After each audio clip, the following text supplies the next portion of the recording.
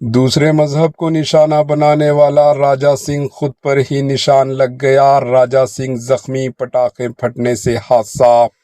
رام نومی کے موقع پر ایک غیر متوقع واقعہ پیش آیا، جہاں بی جے پی کے گوشہ محل کے M L A T Raja Singh ایک حادثے میں زخمی ہوا۔ اطلاعات کے مطابق جلوس کے دوران پٹاخے جلنے کی کوشش کی جا رہی تھی، اسی دوران اچانک پٹاخے پھٹ گئے، جس کے باعث انہیں معمولی چوٹیں آئی۔ عینی شاہدین کا کہنا ہے کہ یہ ایک اچانک پیش آنے والا حادثہ تھا، جس کے بعد موقع پر موجود لوگوں میں کچھ دیر کے لیے افراتفری مچ گئی، تاہم فوری طور پر طبی امداد فراہم کی گئی اور ان کی حالت خطرے سے بہتر بتائی جا رہی ہے۔ اس واقعے کے بعد سوشل میڈیا پر مختلف قسم کے رد عمل دیکھنے کو مل رہے ہیں۔ کچھ لوگ اسے محض ایک حادثہ قرار دے رہے ہیں، جبکہ کچھ افراد اس کو سیاسی اور مذہبی تناظر بھی دیکھا جا رہا ہے۔